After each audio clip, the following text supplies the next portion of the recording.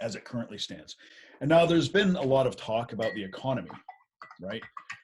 A lot of talk about pausing the economy, a lot of talk about benefits, small business, all this sort of thing. And one of the things you will commonly hear people talk about is the GDP, like the concern over the GDP. And I think that's a little bit of a misleading phrase, that people want to get the GDP going again. I mean, certainly some of them do, and some of them primarily focus on the GDP, but I am going to show you tonight that GDP is actually a very, very poor indicator to your quality of life. The average working man and woman and what their quality of life is like is really out of step with the GDP.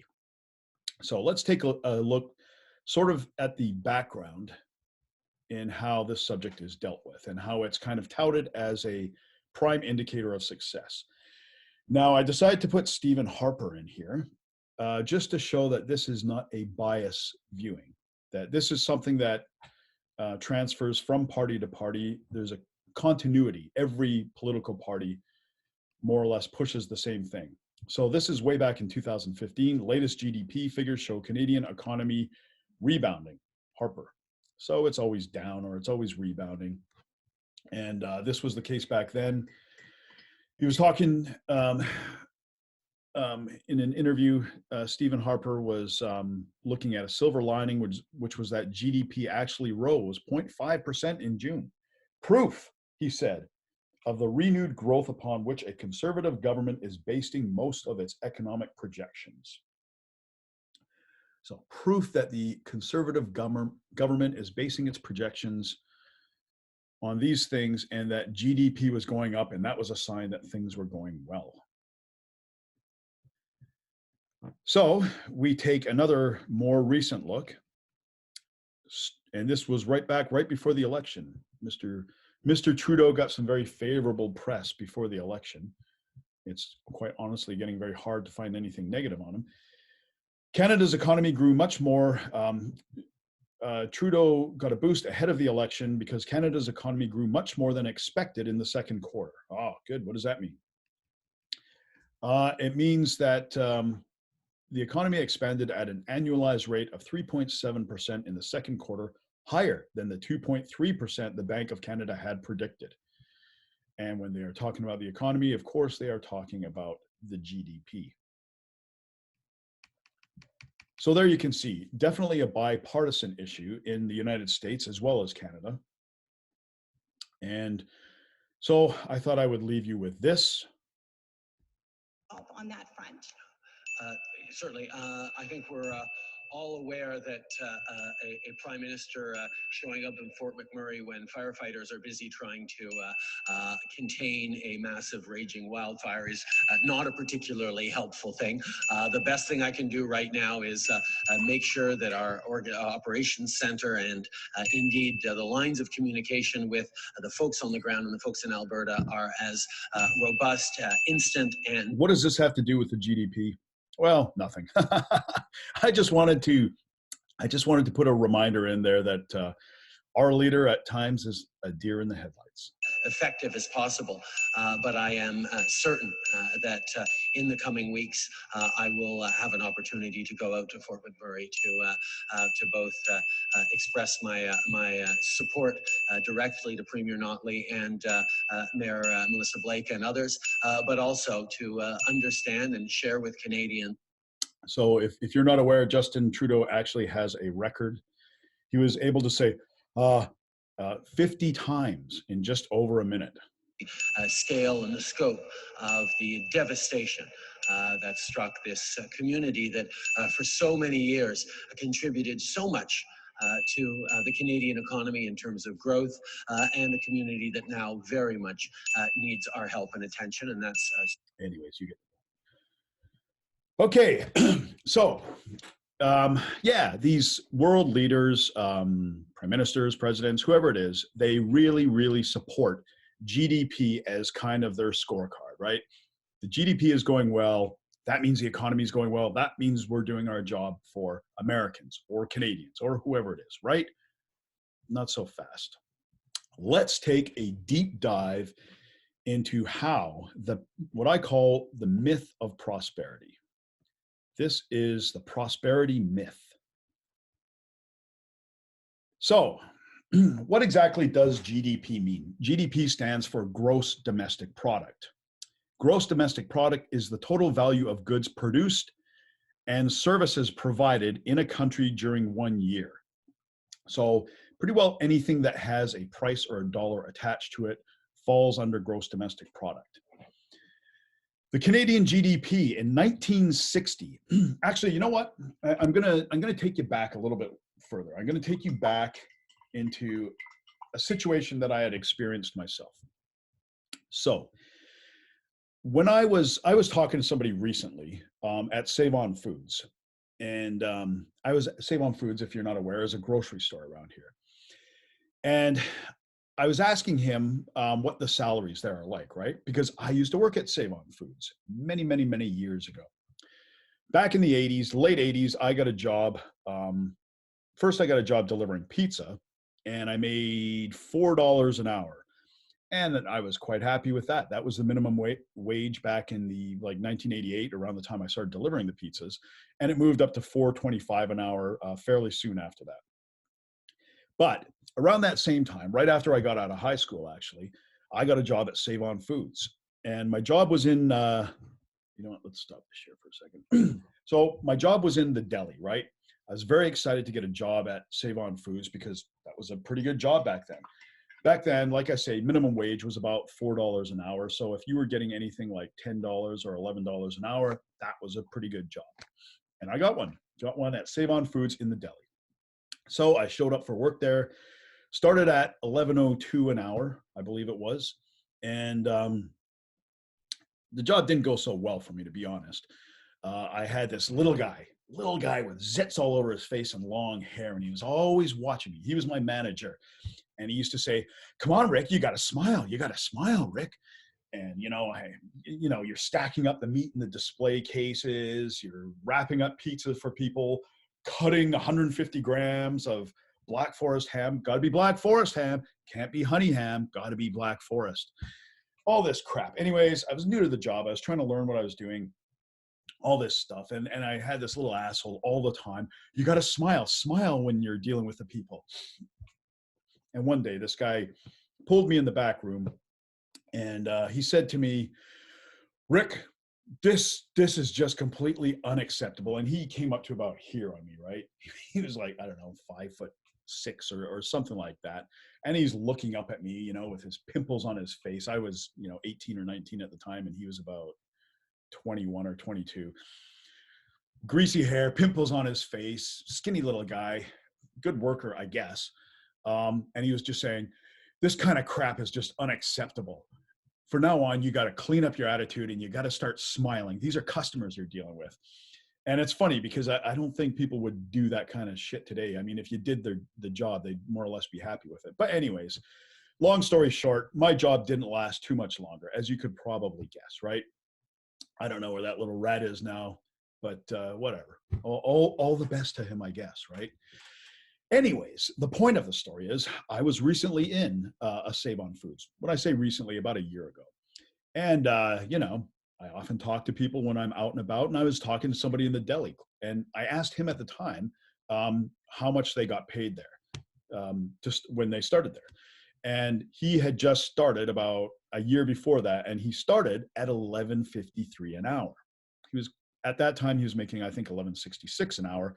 But the year before he had started, which this would have been 2018, he was making $11.53 an hour.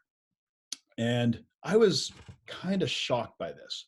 I was surprised that the starting wage for this job had gone up 48 cents in 28 years, 29 years, I think, whatever it was. 1989 is when I started there.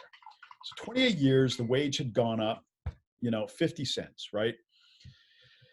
And I started asking questions. And another job I had, once I had gotten out of BCIT, I started working at an imaging services places. BCIT was a technical institute, like a college. I had gotten a job transferring microfiche onto CD-ROM. Very boring job. And I was starting there in the marketing department. And this was 1996. And I was making $36,000 a year. And I had spoken to some other recent grads from BCIT, and none of them were making over 30,000 a year. And I was really stunned at this, because we know prices had gone up, right? So this thought has been in the back of my mind for a while, for a couple of years at least, because I sensed that somebody is getting the shaft, right? So let's get back to it. Sorry for the brief detour, but or not so brief detour, but I thought some context into why I got onto this was necessary, because I think it's become very relevant now with the coronavirus and some of the other economic difficulties people are going to be facing. So back onto our GDP. It is the total value of goods produced and services provided in a country during a year. And in 1960, the GDP was 40.46 billion US dollars. It's calculated in US dollars. By 1990, 30 years after that, when I was hanging around Save on Foods, or shortly after that, it had gone all the way up to 593.9 billion US dollars. That is an increase of 1,468%. So that is a tremendous increase in the total amount of output in a year, right? Total amount of product. And by 2019, the GDP of Canada had reached 1,712,749,000,000. That is up 288% from 1990. So in 30 years, nearly 300%. Pretty impressive, right? That is pretty impressive growth. I mean, imagine if you had invested that kind of money, right? So minimum wage, what has minimum wage done in BC over the last 60 years?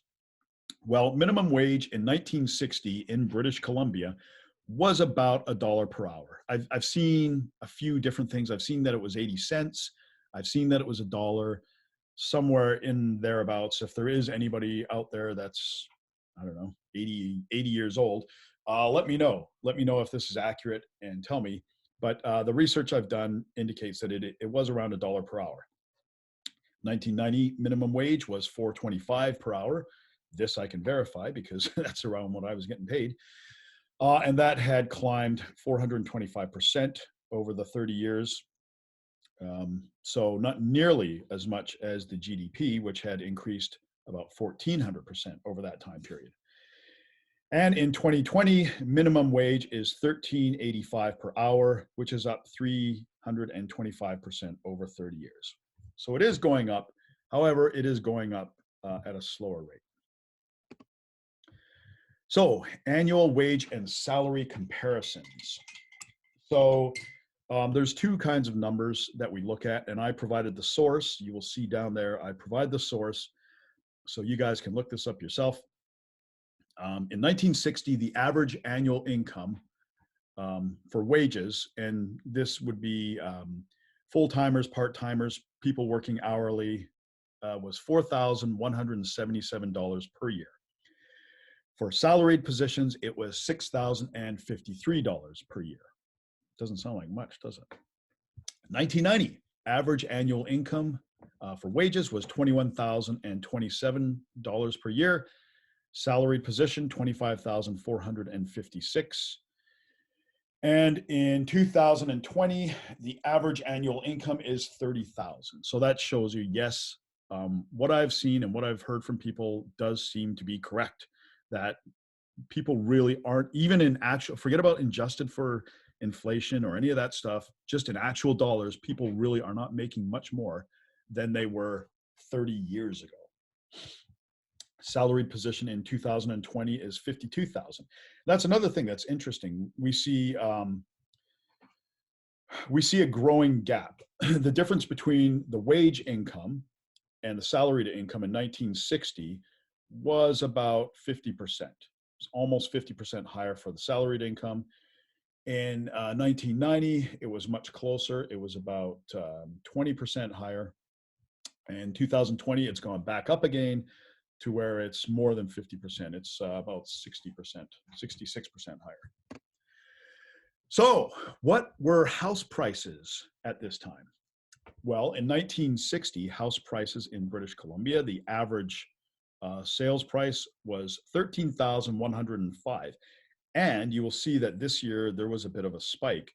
1961, 62, 63, it had slipped down below that number and didn't get back up to that number again until 1964, before slipping below it in 1965.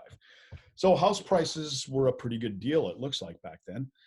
1990, the price of houses, the average price had gone up substantially, all the way up to 230,000, nearly $250,000 for the average house price in 1990. 2020, and this has actually gone down a bit. The average house price in 2020, according to real estate firm Royal LePage, is $1,107,719. That's a lot. Conclusion, yep, you're getting screwed. That is the quick conclusion. Here's a deeper explanation. So in 1960, the average working person would need to work for 3.14 years, paying 100% of their income to afford an average house. So if you were able to give 100% of your income, no taxes, nothing else, nothing to live on, it would take you 3.14 years to pay off a house. Yeah. And in 1960, the average working person, salaried person, would need to work for 2.16 years. So if you could, let's say you could live off half your wage, then it would take you 4.5 years, right? If you could live off a quarter of your wage, or 75% of your wage, then it would take you about 8 years, right? So this is a mistake. This should be 1990, not 2019. But in 1990, the average working person would need to work 10.96 years, paying 100% of their income to afford an average house. In 1990, the average salaried person would need to work for 9.06 years, paying 100% of their income to afford an average house. So here we see a big jump already, 3 to 4 times higher, almost 5 times higher than in 1960. And in 2020, the average working person would need to work for 36.9 years, paying 100% of their income to afford an average house. Think about that. So even if every single penny you earned didn't go to tax, didn't go to any contributions, it was all just put in a jar, right? It would still take you 37 years to pay for a house. So what that tells you really is, if you are an average working person with an average income, you're not getting a house. You're certainly not getting an average house. You are getting a house way below average, or not at all. And that's why people have given up. They've opted out. So I think this is important to think about. Even a salaried person making $52,000 a year would need to work for 21 years, contributing 100% of their income, excuse me, to afford a house. So what is the basic conclusion we can draw from this? The basic conclusion is that GDP is bullshit. What is GDP? GDP is a lot of things, and there are a lot of ways to manipulate it. So here's what's happening in a nutshell. Why are wages staying so flat? Why? Well, there's a couple reasons. Number one, the big change between 1960 to 1990 is that women began working more. So if you are encouraging women into the workforce rather than staying home, what you are effectively doing is you're doubling the workforce, right? So you're doubling the workforce. So that means if you have a job, let's say you have a job, I don't know, sweeping streets, right? You got to get your street swept. You're willing to pay $10 an hour, and you have one person that can do it. Well, if he doesn't want to do it for $10 an hour, you're going to have to keep upping until you get a price that he likes, right? If you have 3 people that need a street swept and only 1 person that can do it, well, then you're in a bidding war for everybody. And the guy that sweeps the street is probably going to get paid quite a bit, right? This is the basic law of supply and demand. This is economics 101. Big demand, low supply, high price. Heavy supply, low demand, low price. And it's the same thing in the workforce. The job is the demand, the workers are the supply, right? So when you double the supply for the same amount of jobs by doubling the workforce and bringing all the women into the workforce, and I mean, of course, there were a lot in the workforce in 1960, but way more by 1990, right? So then, of course, you are going to have downward pressure on wages, right? So what happens when most of the women are already in the workforce and corporations still want that damn price down? Well, they're going to do 2 things. Thing number 1, import people. This is where immigration comes in.